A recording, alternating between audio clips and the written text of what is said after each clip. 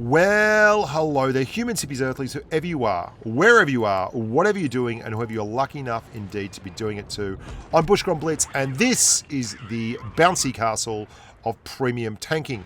Well, it's not really, but the KV4 is the bouncy castle. This is the making money bouncy castle bank. I don't know, something along those lines. This is the KV5. It's one of the more storied Tier 5 heavy premium tanks. It was one of the first ones that we had in the game as a premium tank, and it's often said that the bravest man in Blitz is the bloke sitting in the KV5's R2-D2, the Russian radio operator, because he gets hit once every 35 seconds. And they're constantly having to revive Ivan. It's a tank that is pretty odd. A lot of people swear by this thing, and it does actually have a record of some monstrously good games, and it's always earned a lot of money. But it's got a couple of massive weak points in the front, those things that look like boobs, the tanking boobs, the tanking variant of them anyway, the two pronounced bits on the front, the radio operator and and his cohort, the driver, that sit in them. They are the easiest pennable points, and until a while ago they were pretty soft, but they got buffed in a recent patch, ever so slightly, but it made things a lot easier. The KV5 also has an issue with its guns.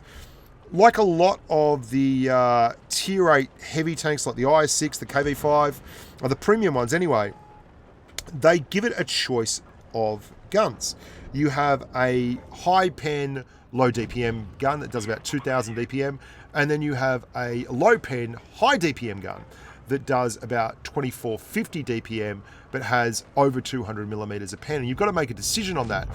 Our amigo here, Necro L464, would appear to be running the low DPM gun. He's got over 10 seconds of reload there. But at the same time, it maximizes your effective floor. What do I mean by that? Well, if you're running a KV5 with a high DPM gun, you're more likely to penetrate and you're more likely to do damage, but that damage is going to be lower in terms of potential. If you're running the high DPM gun, you're less likely to pen when you're playing against Tier 9 tanks and the like, but that damage when you do get targets that you can pen is going to be off the charts and you're going to have higher potential.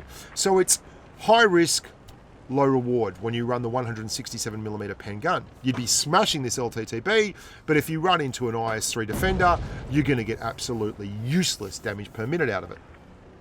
And that's a choice that you have to make when you run the tank. Personally, I'd go with the safe bet. You want something that when you get up tier to Tier 9, you can actually do damage with. Let's talk about that radio operator that we were talking about earlier. The front radio operator area now is about 180 millimeters of pen required frontally, and that's pretty cool. The sides of it go up to 400 millimeters. The lower R2-D2 hatch is generally about 195 millimeters of pen. Now that's been buffed, and that's really, really good, because if you angle up now or you side scrape with this thing, you can, get a lot more bang for your buck. The other thing that people don't really realize with this tank is you do have an angle that's a better angle to side scrape with. What do I mean by that? Well, the left-hand side of the tank as you're driving it is the best side to side scrape with. The hatch there is generally around 180 to 200 millimeters of pen required. So even if you expose that little bit there, it's no worse than exposing your lower glacis. And you generally don't want to do that. The hatch on top is about 150 to 190 millimeters of pen required to get through it on the left-hand side. So you want to be doing it from this angle. You want to be side scraping on the left. You only want to expose the left-hand side of the tank if you have to expose anything at all. The other thing about the gun that people don't really seem to realize is it's actually quite accurate. You can get it down to a dispersion number of around about 0.362, which isn't horrible, and 7 degrees of gun depression, which again isn't horrible, and the aim time is 2.63, which again isn't horrible. These are the kind of things that mean you can run this tank without having to worry about the gun firing off into the wild blue yonder, like you do with, say, an IS-5 or an IS-3 Defender, where the gun is just, it's just, bleh. 0.389 dispersion on your IS-5 and 2.9 seconds of aim time base.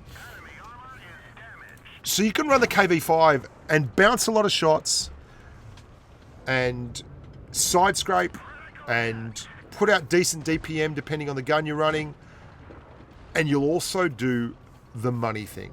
And that's where this tank really does come into its own. It makes a lot of cash, and it's got that KV5 chassis, which, as you can see there, is stupidly strong when paired up against tier 7 and tier 8 tanks. This is the perfect side to side scrape on, as Christopher is doing right now. You can see that left-hand side, the hatch is very, very small. Your hatch on top of the tank is very, very small. And all round, this is the place you want to be. Even when people can see the upper glacis of this tank and the lower glacis of this tank and its frontal, it's still really, really tough to pen. And it's great for ramming. It's heavier than that moment when your girlfriend says, hey, I've got something I have to tell you. It's really, really quite cool for running into things. Why is that important? Because in these little situations where people are trying to COD you, if you can touch them up, you always do damage. You do little bits of damage, and that can be the difference between winning and losing. Now, you don't want to be caught side on, but if you can get the tank frontal, if you can angle it, if you can engage people in these odd kind of brawls, you can make a lot of money, and that's why you buy this tank. It's a fantastic reverse side scraper as well. You can see Chris is doing the reverse side scrape after doing the left-hand side scrape, and that makes me think that he actually knows what he's doing. And he does know what he's doing. He's doing a lot of damage, and he's making a lot of bank. And that, boys and girls, is the whole job of the KV5. So now we've talked about the tank. Now I've talked about the way you should side scrape it and the right part of the armor and how it makes money. Let's just talk about the games. I've got one more coming for you, and it's an absolutely monster game on Castilla. If the first two weren't enough to whet your appetite, then the last one certainly should. This has been an excellent game too, by the way, because I've really enjoyed the way the KV5 has been played from the front. One of my long-time subscribers who watches a lot of the live streams, Bill O'Dwyer, is a massive fan of the KV5. And I hope Bill enjoys this video. This one's for you, Bill. Mastery badge there, 105,000 credits. So if you don't like your money, then this isn't the take for you.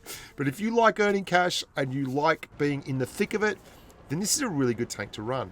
And it's particularly good to run at tier 8 because tier 8 is so prevalent in terms of heavy tanking. There's so many games where you run into just a cubic arseload of heavy tanks. And they don't all have good pen. They don't all have good gun handling. Now this game is quite different because all the heavy tanks seem to be on the one team. And all the medium tanks seem to be on the red team. And that's actually pretty cool for a KV5, because if you can keep medium tanks in front of you and you can angle up, you can really smash, because there's not many tanks at tier 7 and tier 8 that have amazing pen. That Panther is one of them, in fact. The Panther has like 200 millimeters of pen. I think it's 204 on its AP rounds, which is actually nearly as much as that Comet that's next to it has got on its APCR rounds. And there are a lot of parts of this tank, the KV5, that can bounce in excess of 200 millimeters. The 5120 up there would be 5100 up there would be another good tank to get rid of, because although it is a soft heavy tank, it has great gun handling and very nice pen numbers, and it can dump out a lot of alpha. Our big boy here is bopping in the cap circle, which makes me giggle and laugh and be very, very happy, because this is where a KV5 should be, driven from the front, taking as many shots as possible and showing as much arse as possible. Big over angling to use that super tough side structure, and lots of side scraping side scrapers. And the DPM is being put to great use. This is the perfect game for this tank in terms of DPM, because this is the low pen gun. You can see there he has a 7.8 second reload, which means he's running with 167 millimeters of pen on his AP rounds, which isn't a lot of pen, but when you're getting tanks that are shooting at you sideways and you're getting tier 7 mediums and lights, happy days. This is your perfect world. And our amigo makes the most of that perfect world by dumping a cubic arseload of damage into the red guys. He's in the cap, so they've got to come at him, bro. They've got to come at him. They've got to come at him. And that Comet is running around with like 150 millimeters of pen on his AP rounds. He is going to struggle, even shooting down, to get good, clear penning opportunities on the KV5. Look at that. That AT is still red in parts with the AP rounds of 167 millimeters of pen. The DPM for damage thing, the DPM for pen thing is really a factor in this game. That is a tank that he would love to clear. That Comet is still bouncing AP rounds off the arse of the KV5 because the KV5 is basically as tough as teak. That's that Comet still just throwing shots up, not getting anything done. We'll have another bounce. Ooh, that one hurt. That was the stubborn Emil, but he's going to cop a flogging for that one. Comet will fire another round at him, and here we go again. The Comet's at it again. Another bounce. He's just handing out steel walls.